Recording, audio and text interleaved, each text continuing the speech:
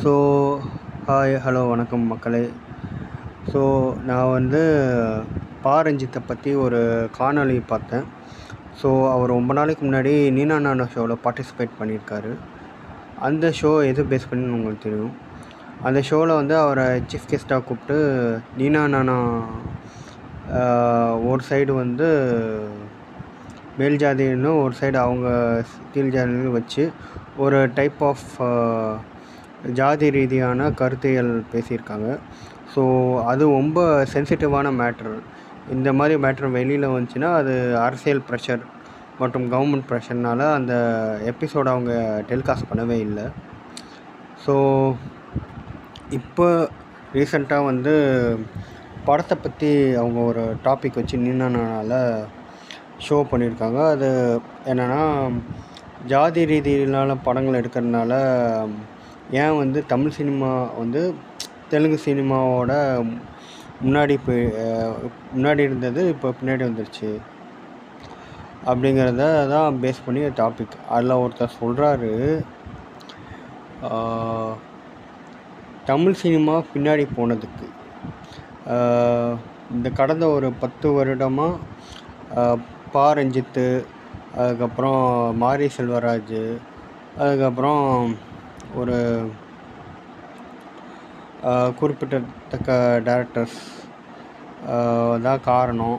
ஏன்னா அவங்க படம் எடுக்க ஆரம்பிச்சதுலேருந்து என்டர்டெயின்மெண்ட் படம் எடுக்கிறது இல்லை, சும்மா என்னது கருத்தியல் பேசுகிறதுக்கு அப்படி படம் எடுக்கிறாங்க அப்படிலாம் வந்து சொல்லியிருந்தார்.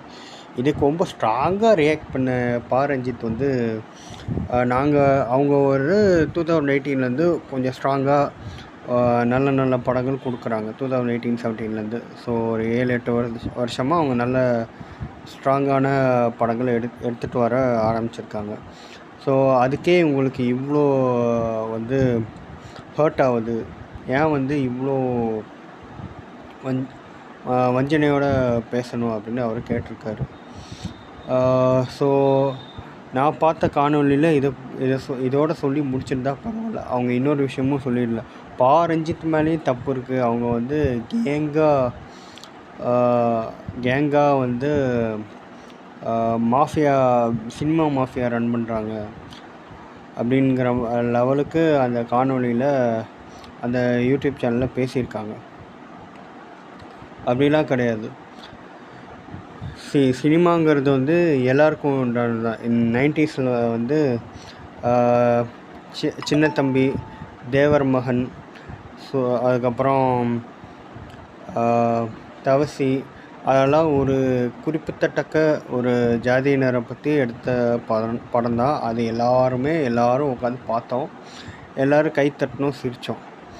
அது ஒரு part of Tamil culture, Tamil cinema, அதே ஏற்றுக்கிட்டோம். அதே மாதிரி இதுவும் வந்து ஒரு part of Tamil culture, Tamil cinema தான். இதையும் நம்ம ஏற்றுக்கிட்டு தான் ஆகணும். இது சினிமாங்கிறது எல்லாத்துக்கும் உரியது. ஸோ ஒரு சினிமாவில் எல்லாரோட லைஃப்பையும் தான் காட்ட முடியும்.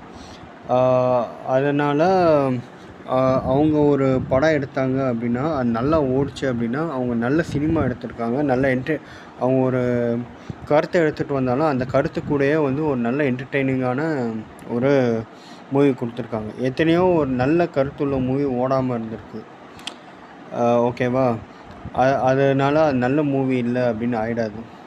இவங்க வந்து கொஞ்சம் அந்த கருத்தோடு சேர்த்து அந்த மூவியும் நல்லா இருக்கிறதுனால தான் ஓடுது. ஸோ இதையும் நம்ம ஏற்றுக்கிட்டு தான் ஆகணும். ஸோ இதை பற்றி நீங்கள் என்ன நினைக்கிறீங்க அப்படிங்கிறத கமெண்ட் செக்ஷனில் சொல்லுங்கள். Thank you. Bye. See you tomorrow.